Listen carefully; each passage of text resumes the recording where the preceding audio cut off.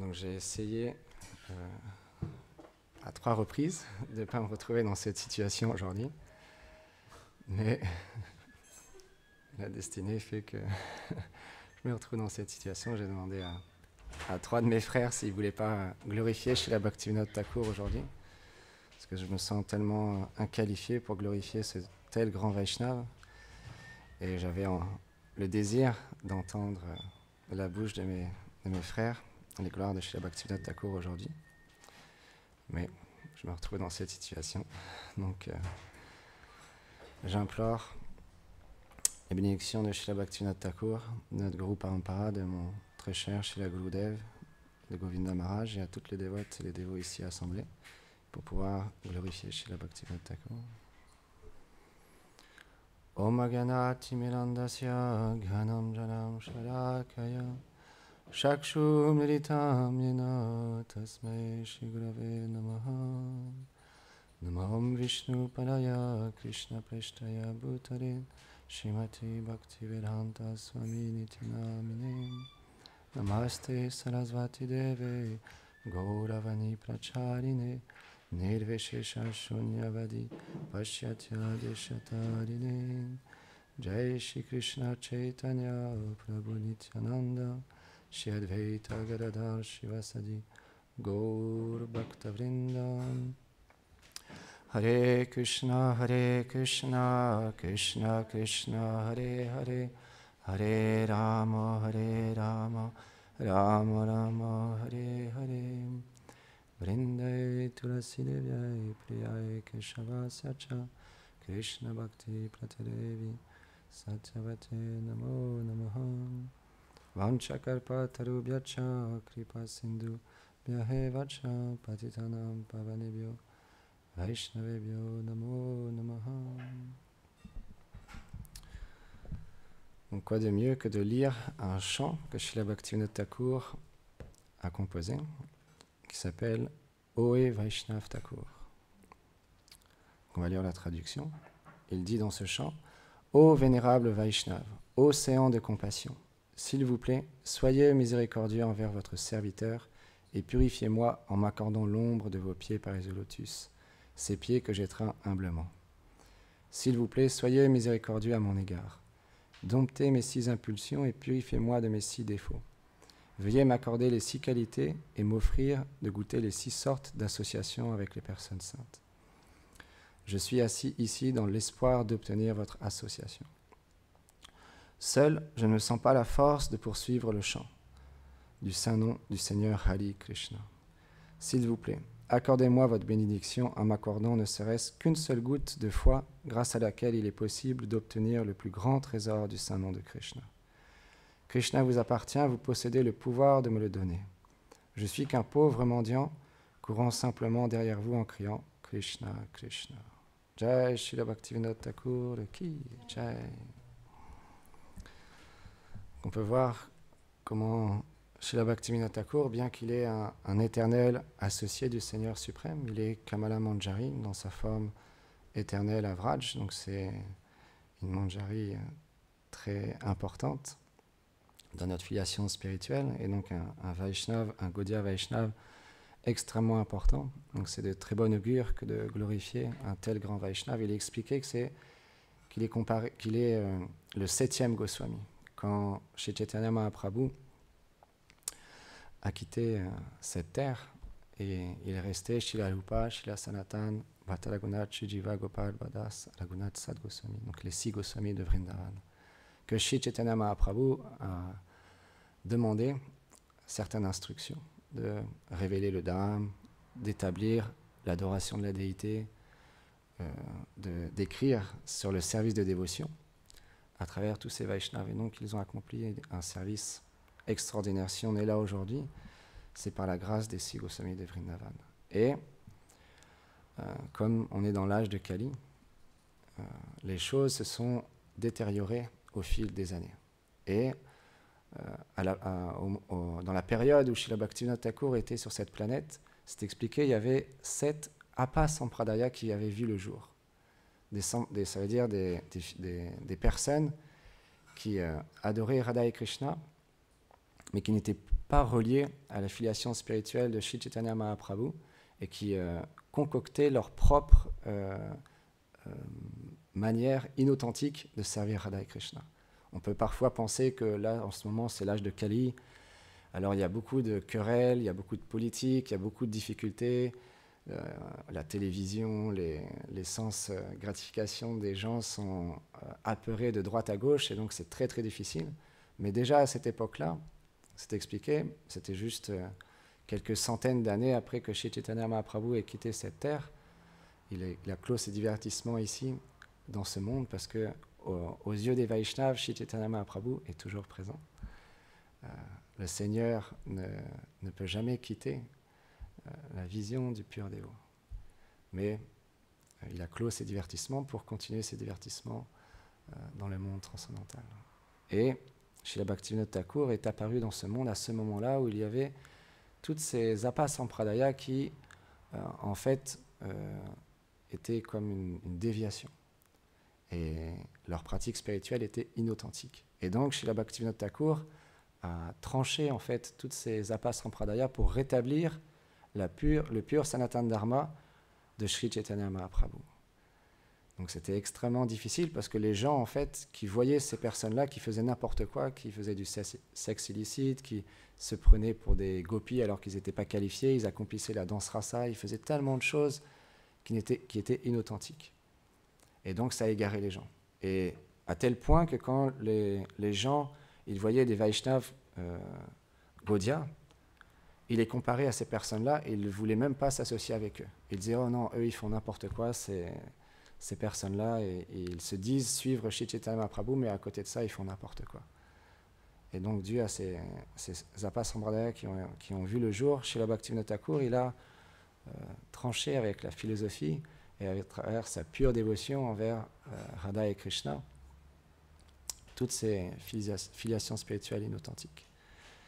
Donc, bien évidemment, pour pouvoir rétablir le Sanatana Dharma, qu'est-ce qu'a fait Srila Bhaktivinoda Thakur? Il a écrit des livres, d'innombrables livres, tellement précieux pour les Gaudiya Vaishnavas, comme par exemple le Jeva Dharma. En ce moment, notre frère Yashoda Dulal Prabhu est en train de le traduire en français, parce que c'est un livre qui est extrêmement important. Toute la philosophie est expliquée dans ce livre, à travers des divertissements qui ont été révélés dans le cœur de Srila Bhaktivinoda Thakur. Et donc c'est un livre qui va voir le jour, on le prie pour qu'il apparaisse très bientôt. Et donc Srila Bhaktivinoda Thakur a écrit aussi d'innombrables chants, poèmes, et dans ce chant, Oe Vaishnav Thakur, il nous montre quelle attitude on doit avoir envers les Vaishnavas. Parce que pour pouvoir cultiver le service de dévotion, ça se passe à travers son représentant, à travers le pur dévot, à travers le Vaishnava. Et on doit devenir, comme il explique dans ce chant, comme un mendiant qui, il dit à la fin, simplement je cours derrière toi en criant Krishna, Krishna, s'il te plaît, donne-moi Krishna.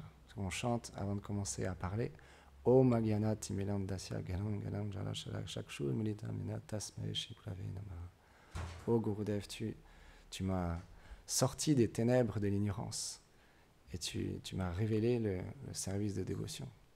Je suis tellement reconnaissant et tellement fortuné de pouvoir avoir pris refuge à tes pieds, Paris the Lotus. Parce que un jour, par exemple, il y a une histoire qui est très fameuse où il y avait un homme qui se baladait dans une forêt. Et tout d'un coup, il y a un tigre qui est apparu de la forêt. Et le tigre a commencé à courir après cet homme. Donc naturellement, qu'est-ce qu'on ferait si on voit un tigre qui sort d'un bosquet et qui commence à nous courir après? Naturellement, on va courir le plus vite possible pour pouvoir sauver notre vie et trouver un endroit pour pouvoir échapper à la force du tigre. Parce qu'un être humain comparé à un tigre, ça ne peut rien faire. Et donc, cet homme, il a commencé à courir très très vite. Et comme il voyait que le tigre, il le rattrapait, il a sauté tout de suite dans un puits qu'il a vu. Il a vu qu'il y avait un puits. Donc il a sauté dans ce puits. Et en fait, il s'est accroché à une branche en sautant dans le puits. Et par bonne fortune, parce que quand il a sauté dans le puits, il y avait des serpents venimeux qui étaient dans le fond du puits.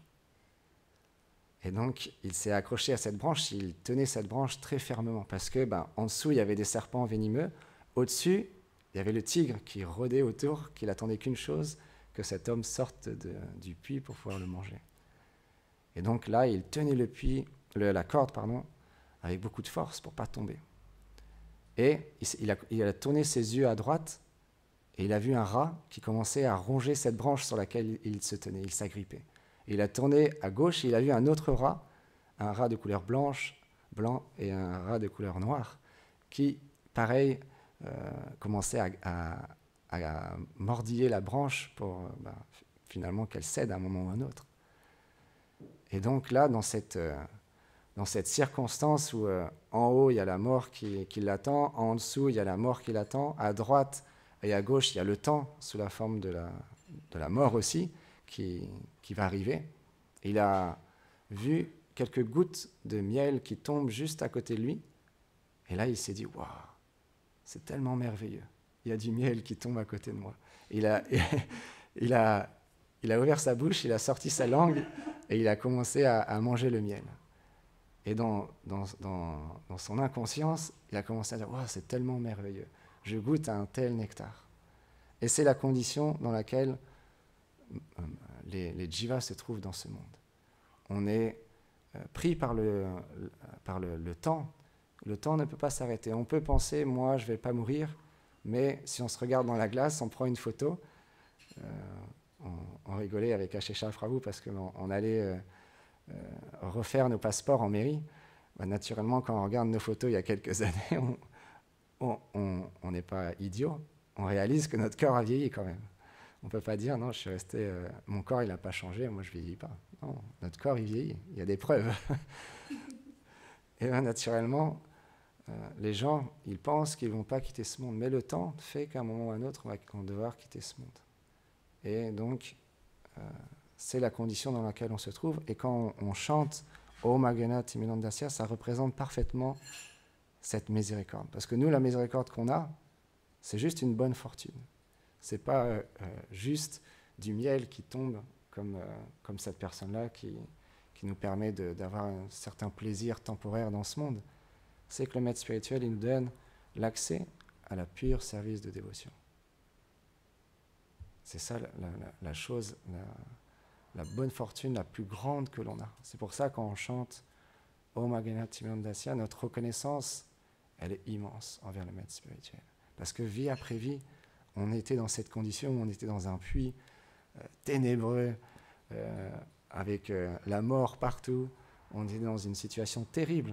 Mais parce que le maître spirituel, on ne sait pas quelle bonne fortune, c'est expliqué, Srila Krishna Kaviraj Goswami, il explique dans Chaitanya Charitamrita, on est passé après des vies et des vies d'existence d'animaux, d'êtres aquatiques, de végétaux, de reptiles, d'insectes, pour enfin arriver à la forme humaine. Et dans cette forme humaine, on a la bonne fortune, après des millions et des millions d'existences, de rencontrer un pur Vaishnava. Parce qu'un pur Vaishnava, c'est extrêmement, extrêmement, extrêmement rare. Donc Bhaktivinoda Thakur, il nous explique quelle attitude on doit avoir avec les Vaishnavas. Comment on doit approcher humblement un Vaishnava et vénérer ce Vaishnava. Parce que c'est un océan de compassion. Il dit, c'est un océan de compassion.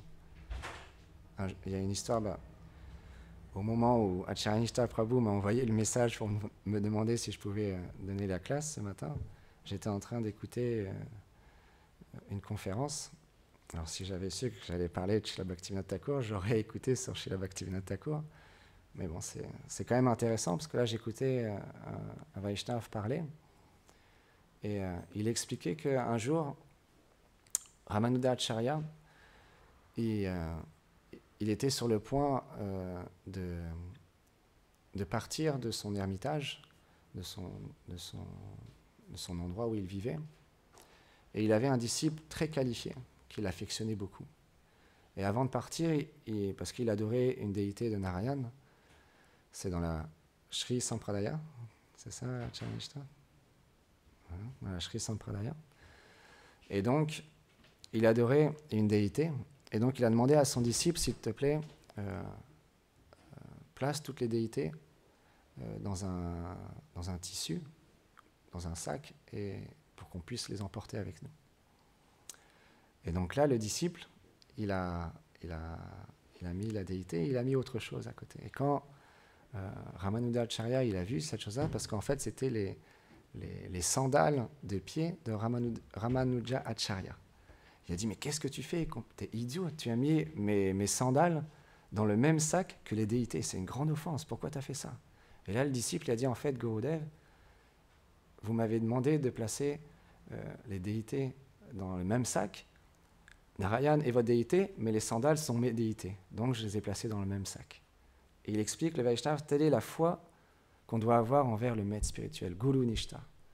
Une telle foi qu'on place le gourou au même titre que le Seigneur suprême. Alors on ne doit pas imiter, parce que ce ne sont pas des êtres ordinaires, on ne doit pas commencer à imiter de tels Vaishnavas, mais c'est pour nous montrer l'importance du pur dévot, à tel point que il ne faisait pas de différence entre la déité de Sri Narayan et les sandales de son maître spirituel. Tellement une instruction précieuse pour nous. Et comme Gurudev l'expliquait ce matin, très intéressant, comment servir le maître spirituel, à travers la mission du maître spirituel, à travers les instructions que le maître spirituel nous donne, alors on satisfait le maître spirituel. Parce que il est le représentant direct de la miséricorde de Shri Radha et Krishna. Sans passer par le maître spirituel, c'est impossible d'aller directement à Radha et Krishna. Parce que le Seigneur lui-même, Krishna, il dit dans les textes sacrés, dans les Puranas, que le service en ma personne n'est pas vraiment un service que j'apprécie. Mais celui qui sert mon dévot de mon dévot de mon dévot, lui, il m'est très cher. Et comme Bhaktivinoda Thakur l'explique dans ce chant, on doit chérir dans notre cœur avec beaucoup d'ardeur et de dévotion le maître spirituel. Parce qu'il est celui qui nous donne l'opportunité de réaliser qui on est véritablement. Et il y a une autre histoire que je voulais partager parce que les gloires du Seigneur sont extrêmement précieuses, et spécialement quand les Vaishnavas parlent. Quand un Vaishnava parle, on n'a juste qu'une envie, c'est tout arrêter et juste écouter. Un jour, il y avait Srila Bhakti Pramod Puri Goswami Maharaj.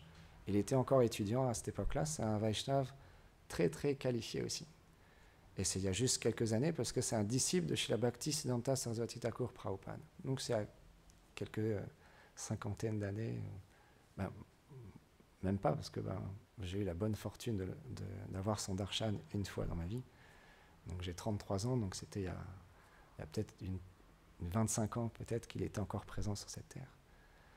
Et donc chez la Bhakti Pramod Puri Goswami Maharaj, il était encore étudiant, mais il avait un tel désir d'entendre les paroles de son maître spirituel qu'un jour, parce que il finissait en fait, il passait sa journée pour faire les études, et le soir quand il rentrait, il prenait une douche, il se changeait et il courait pour aller à la mat de Srila Bhakti Siddhanta Saraswati Thakur Prabhupada pour entendre le Harikatha. Et ce jour-là, quand il a pris sa douche, il s'est changé, il a mis ses chaussures très rapidement et il a commencé à courir. Et plus il se rendait vers la mat, plus il sentait une douleur, mais pas une petite douleur comme on peut parfois se cogner contre un mur ou quelque chose comme ça. Il sentait vraiment une très grosse douleur. Et donc, il est arrivé à la mat et il y avait un scorpion dans sa chaussure qu'il avait piqué. Piqûre de scorpion. J'ai jamais eu de piqûre de scorpion, mais c'est expliqué que ça fait très très mal. Et donc, il avait extrêmement mal, une piqûre de scorpion, mais il avait un tel désir d'entendre son maître spirituel qu'il est resté au Harikatha avec cette piqûre de scorpion. Il a écouté son maître spirituel. Et une fois qu'il a écouté son maître spirituel, le Harikatha est fini, il est rentré chez lui. Mais il était encore jeune et il ne voulait pas le dire à sa mère parce que il ne voulait pas que sa mère l'empêche d'aller écouter son maître spirituel. Il s'est dit que si jamais elle voit ça, peut-être qu'elle va m'empêcher d'aller voir mon maître spirituel. Et donc on peut voir que, à travers ce divertissement, l'importance d'écouter les Vaishnavas. Parce que le cœur du Vaishnava est pur. Et ce qu'il y a dans le cœur du Vaishnava, c'est Radha et Krishna. Donc quand il parle, il y a une puissance particulière. Il y a un livre qui a été écrit, Shabda Brahma, la vibration transcendantale. Et ça, on peut le percevoir dans notre cœur. Quand un pur dévot, il parle, ça va directement dans notre cœur, ça touche notre âme, et ça nous recentre tout de suite. Parfois, on peut avoir le mental qui part à droite, le mental qui part à gauche, on peut être fatigué, on peut avoir des douleurs physiques, on peut avoir des problèmes dus à des choses qu'on entend, dus à le monde matériel qui fait que c'est les trois gunas, donc il y a des choses qui bougent, et on peut avoir des difficultés dans notre vie. Mais quand on entend le pur dévot, juste un instant, tout de suite, c'est clair. Il n'y a pas de déviation possible. Quand il parle, c'est fou, c'est tranchant, c'est direct, mais c'est pur. Et c'est de l'amour. C'est ça qu'on a besoin. On cherche à avoir de l'amour, mais on ne peut pas le trouver dans ce monde à part au pied d'un Vaishnava. On peut chercher partout, à travers de l'argent, à travers une position, à travers les enfants, à travers une femme, à travers un homme, à travers un frère, à travers une sœur, à travers n'importe quoi. On ne pourra jamais être satisfait. La seule satisfaction que l'on a, c'est d'offrir un service humble envers le maître spirituel, pour qu'il nous bénisse et qu'on puisse retourner dans notre position originelle. Et c'est ce que Srila Bhaktivinoda Thakur est venu nous donner. Srila Bhaktivinoda Thakur, il était tellement qualifié. Radha, elle partageait il y a quelques années, elle a trouvé sur Internet le détail de la vie tous les jours quotidienne de Srila Bhaktivinoda Thakur, avec ses horaires précises qui ont été indiqués. C'est impressionnant. Parce qu'il était magistrat, il avait combien 11 enfants, il avait une famille à s'occuper, il avait beaucoup de gens qui l'écrivaient, qui venaient demander des conseils, il avait une mission à accomplir, d'écrire des livres, il avait sa pratique, sa sadhana quotidienne, et il trouvait le temps de tout faire. Parce que c'est ça les Vaishnavas. Comme ils ont une détermination pure de servir Radha et Krishna. Il n'y a pas le mental, il n'y a pas le faux ego, il n'y a pas le conditionnement du corps qui peut les affecter. Ils ont quelque chose à accomplir dans ce monde, ils viennent dans ce monde, bien sûr, ce ne sont pas des êtres ordinaires, ce sont des Nityasiddhas, des êtres qui sont éternellement libérés, mais à travers leur exemple de vie, on peut humblement suivre dans leurs traces et aspirer à ne pas perdre de temps et à accomplir le service que le maître spirituel nous demande avec foi et avec ferveur, dans les traces de Srila Bhaktivinoda Thakur. Et quand il était présent, à un moment donné, le Seigneur lui-même, Shri Chaitanya Mahaprabhu, lui est apparu en rêve et lui a dit « Oh, je ne t'ai pas amené ici pour que tu restes dans cette position de magistrat et que tu restes dans cette position. Je t'ai demandé de prêcher et de rétablir le Siddhanta, les conclusions philosophiques. » Et Srila Bhaktivinoda Thakur, humblement, il a dit « Oui, mais j'ai besoin de quelqu'un pour m'aider. » Et Srila Bhakti Siddhanta Sarasvati Thakur Prabhupada est apparu. Donc, pour implorer le Seigneur lui-même et Radharani que la volonté de leur désir soit faite à travers cette mission. Je prie humblement aujourd'hui Shri Chaitanya Mahaprabhu, Srila Bhaktivinoda Thakur et tous nos acharyas d'envoyer des personnes vraiment qualifiées pour accomplir cette mission de mon maître spirituel. Parce que personnellement, je n'ai pas de qualification et ça m'attriste de ne pas être en compagnie de personnes extrêmement qualifiées qui puissent combler le désir de mon maître spirituel. C'est la chose la plus importante. Parce que le maître spirituel, il vient dans ce monde et il a une telle miséricorde qu'on a le désir que des milliers de personnes le rencontrent. des millions de personnes viennent rencontrer cette personne si spéciale, qui m'a tant donné, qui a changé ma vie, qui a changé la vie de tout le monde ici.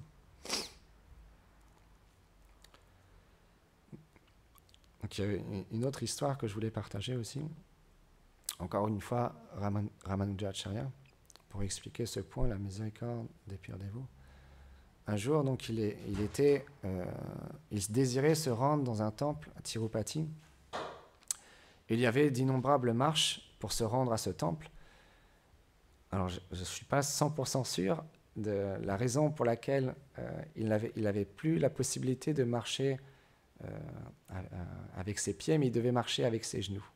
Je n'ai pas bien compris pourquoi exactement. Donc, il devait se rendre pour prendre darshan de la déité en marchant sur ses genoux. Donc, il a marché en fait comme ça, il explique le Vaishnava dans la classe. Il marchait comme ça toutes les marches pour aller prendre darshan des déités.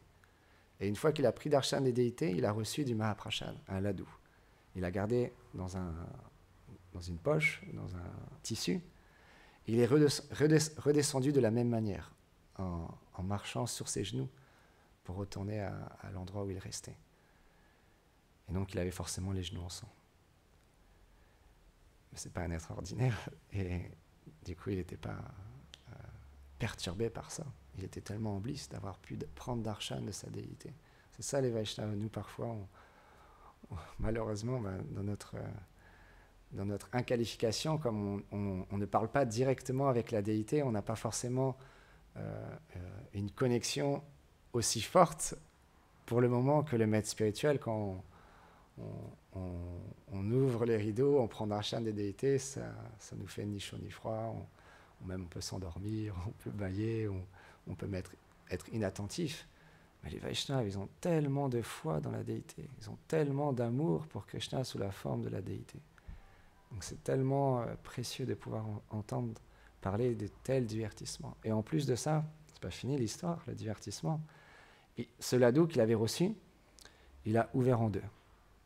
Et quand il a ouvert ce ladou, il y avait une fourmi à l'intérieur. Et là, il a commencé à pleurer. Il a commencé à pleurer. Il s'est dit intérieurement, comment j'ai pu faire une telle chose? Cette fourmi avait l'opportunité de quitter son corps au pied de la déité dans le dham, et je l'ai privé de ça. Il a posé le ladou, il a pris la fourmi, il est retourné sur les genoux pour poser la déité au pied des déités, et il est redescendu. Ça, c'est les Vaishnavas. Ça, c'est notre maître spirituel. Patita Pavan, le sauveur des âmes déchues. C'est notre seul espoir de pouvoir servir le maître spirituel jusqu'à la fin de notre vie. Juste ça, c'est le plus important. Et comme Gurudev dit, on doit coopérer les uns envers les autres pour accomplir sa mission, pour lui faire plaisir. Parce que le Vaishnava, ce qu'il apprécie le plus, c'est qu'on progresse tous ensemble dans le service de dévotion. C'est la chose qui fait le plus plaisir au Vaishnava. C'est qu'on développe de l'amour les uns envers les autres, qu'on développe de la compassion envers les jivas qui sont égarés dans ce monde, et qu'on développe de l'attachement pour le Saint-Nom. Parce qu'on connaît très bien notre maître spirituel, il a un attachement très fort pour le Saint-Nom, extrêmement fort. Je me rappelle le premier voyage en Inde avec Gurudev, avec Janavadevi et moi, on a eu la bonne fortune que Gurudev nous demande de l'accompagner en Inde. C'est pas bien que le maître spirituel nous demande d'organiser un voyage, nous demande de faire plein de choses, en fait, c'est lui qui nous sert. Parce qu'à travers sa présence, on développe même un tout petit peu d'appréciation pour le service de dévotion. Et Gurudev, il était tellement attaché au Saint-Nom qu'on devait se lever à 3h30 du matin. On avait fait une journée entière de trajet, parce que quand on part en Inde, il faut partir d'ici, il faut prendre la voiture, il faut aller à l'avion, il faut enregistrer les bagages, il faut prendre l'avion, c'est pas confortable, on dort mal. Après, on arrive en Inde, on prend un taxi pour aller à Calcutta, pour ensuite aller à Navadvip. On arrive à Navadvip, il faut chercher quelqu'un en charge de nous donner une chambre parce que forcément c'est l'Inde, donc tout n'a pas été organisé parfaitement. On arrive à trouver quelqu'un après quelques heures, il nous donne les clés d'une chambre, la chambre, elle est comme elle est, et on s'installe, et il n'y avait pas de fenêtre dans cette chambre, mais Gurudev, parce qu'il a tellement d'amour pour le Saint-Nom, le lendemain, il se lève à minuit, parce qu'il veut finir sa sadhana avant le Mongol Arti. Ça, c'est l'attachement pour le Saint-Nom. Ça, c'est l'attachement pour Radha et Krishna. Bien sûr, moi, comme Gurudev, il m'a demandé de dormir avec lui dans cette chambre. Au début, il me réveillait. Premier jour, deuxième jour, ok, je tiens le coup comme je fais. Troisième jour, Gurudev me fait non, repose-toi un petit peu. Parce que Gurudev, c'est pas possible de le suivre. C'est impossible de le suivre. Dans tous les services, c'est impossible de suivre Gurudev. Il n'y a qu'un fou qui pourrait penser imiter un tel Vaishnava. Parce qu'il a tellement, tellement d'attachement pour le Saint-Nom. On peut voir, maintenant il chante 3 fois 64 tours. À l'époque, il chantait 64 tours. Maintenant, il chante 3 fois 64 tours. Il se lève tous les jours à minuit. Et donc, toute sa journée est organisée pour ça. Toute sa journée est organisée pour ce moment qu'il passe avec Radha et Krishna. Avec son nom. Parce que le nom de Krishna n'est pas différent de sa personne. Quand on goûte le Saint-Nom, on goûte Krishna. Il n'y a pas de différence. Et quand un Vaishnava il chante purement le Saint-Nom, c'est un festival. Quand Srila Prabhupada il dit, au monde transcendantal, chaque pas est une danse, chaque parole est une chanson. Tous les jours, c'est un festival. Chaque pas est une danse. C'est ça qu'on veut. C'est ça qu'on aspire. Mais c'est ça que notre maître spirituel expérimente. Tous les jours. Donc, désolé. J'étais un peu ému, désolé. C'est pas grave, de toute façon, on va pas mettre la classe sur Internet. Mais, naturellement, on partageait avec Priyadasi, qui nous disait, mais comment on va faire quand Gurudev va partir? C'est ça justement qu'on va faire. On va continuer à le servir à travers sa mission. On va continuer à parler de Radha et Krishna parce que c'est son désir qu'on glorifie ces déités, qu'on glorifie son Dham, qu'on glorifie les Vaishnavas. C'est son instruction. On va continuer à cuisiner pour les déités. Regardons notre sœur, Rasamani. Depuis ce matin, elle fait tout. C'est une telle dévote. Je prends exemple sur elle, elle est tellement qualifiée. Laïta Saki s'en va, elle prend tous les services. Elle a demandé à personne. Elle a pris tous les services. Elle a pris toute la miséricorde. C'est ça que notre maître spirituel veut, qu'on prenne des responsabilités et qu'on ne se plaint pas, qu'on fasse sa mission. Avec notre qualification, avec nos défauts, peu importe si on a des défauts, peu importe si on a des désirs qui ne sont pas encore purs, peu importe si on fait des erreurs, on doit se replacer, on doit se recentrer, on doit demander pardon et on doit continuer à avancer tous ensemble. C'est le seul moyen de lui faire plaisir, de trouver l'harmonie ensemble, de trouver une manière, quelque chose, du service, il y en a. Il y a du service illimité. Il y aura toujours du service. On peut être 1, 2, 5, 10, 20, 30, 50, 100, 200, 300, 500, 1000, 10 000, 20 000, 30 000, 100 000, 1 million. Il y aura toujours un service à faire pour le maître spirituel. Quelqu'un qui ne veut pas servir le maître spirituel, c'est autre chose. Mais quelqu'un qui dit, il n'y a plus de service disponible, c'est pas possible. Il y a toujours du service disponible. C'est juste une question de désir. Si on désire faire quelque chose pour le maître spirituel, il y aura toujours quelque chose à faire. Donc, suivant les instructions que l'on a reçues du maître spirituel, alors on l'accomplit avec foi, on porte ces instructions sur nos têtes et de cette manière-là, on reste connecté à distance avec Gurudev. Et naturellement, on développe ce sentiment de pouvoir un jour être 24 heures sur 24 connecté à notre maître spirituel d'une manière parfaite, comme ce Vaishnav qu'on a raconté, le divertissement. Tellement connecté au maître spirituel qu'on fait même des services qu'il ne nous a pas demandé. Avant même qu'il nous demande de faire quelque chose, on le fait. Parce qu'on a l'inspiration dans le cœur que c'est le désir du maître spirituel qu'on fasse ça. Et qu'on ne fasse pas ça. Pour ça, on doit vraiment être humble, vraiment prier, pleurer. Chez la Gorguna Maharaj, il disait, on doit faire qu'un avec le désir du maître spirituel. On doit avoir aucun désir indépendant du maître spirituel. Et ça, c'est très difficile. Parce que le faux ego est très très puissant. Comme Govinda Maharaj expliquait l'autre jour. Il est collé à notre peau et il nous bouffe. Il est terrible. Le faux ego, il est terrible. C'est notre pire ennemi. Mais il nous accompagne. C'est difficile. Parce qu'il y a beaucoup de choses qui nous perturbent. Et parfois, malheureusement, on fait des erreurs, on fait des offenses. Mais on doit vraiment prier, pleurer le maître spirituel, les Vaishnavas, de nous permettre de continuer à offrir un service, de continuer à être ensemble. Comme ici, regardez, chez Bhaktivinoda Thakur, regardez ce qu'il dit. Seul, je ne me sens pas la force de pouvoir poursuivre le chant du Saint-Nom du Seigneur Hari. Seul, je ne me sens pas la force de poursuivre le chant du Saint-Nom du Seigneur Hari.